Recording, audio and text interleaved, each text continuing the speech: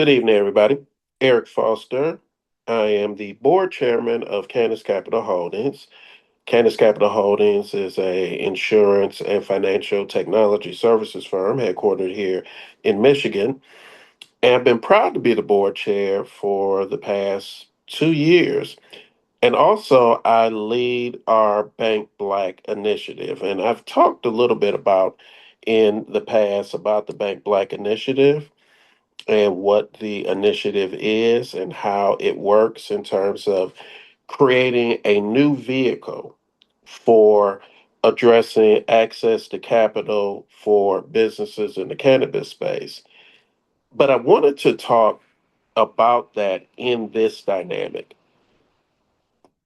I don't know if you all have been seeing from a polling standpoint, but over the past few years, but really especially we've seen this year, young Americans are feeling very pessimistic about their future and about the opportunities that would be available to them in their future based on not just the political climate that we're facing, but also the economic climate. Right now we've been in this big kind of rush, and I'm just going to be a little real here. Technology is great. The fact that I can record this on Zoom, on my phone, and that my phone today has more power, computing power, than the NASA control room when they launched the Mercury rockets. That's amazing. A little scary because basically my phone could go back in time and power a rocket that flies into space, or maybe even an Apollo mission that flies to the moon.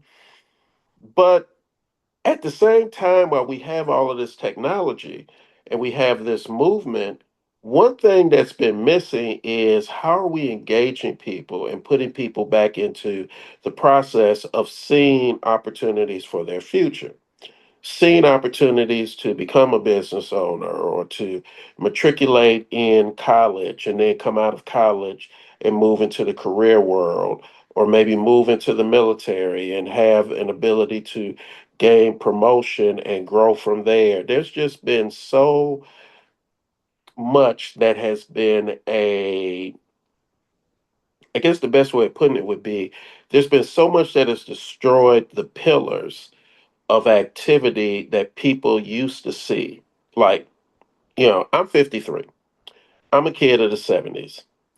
Now, I didn't know that I would be here at 53, but growing up in the late 70s and the 80s, there was a hope and an expectation of going to college and being able to make it big and be rich and all of that. Now, life hasn't always worked out like that for me, but no matter what, there never was a pessimism that myself, family members I grew up with, friends I went to high school with, friends and frat brothers that I went to college with, my first ex wife, my second ex wife, none of us really had a pessimistic view of how our futures could be.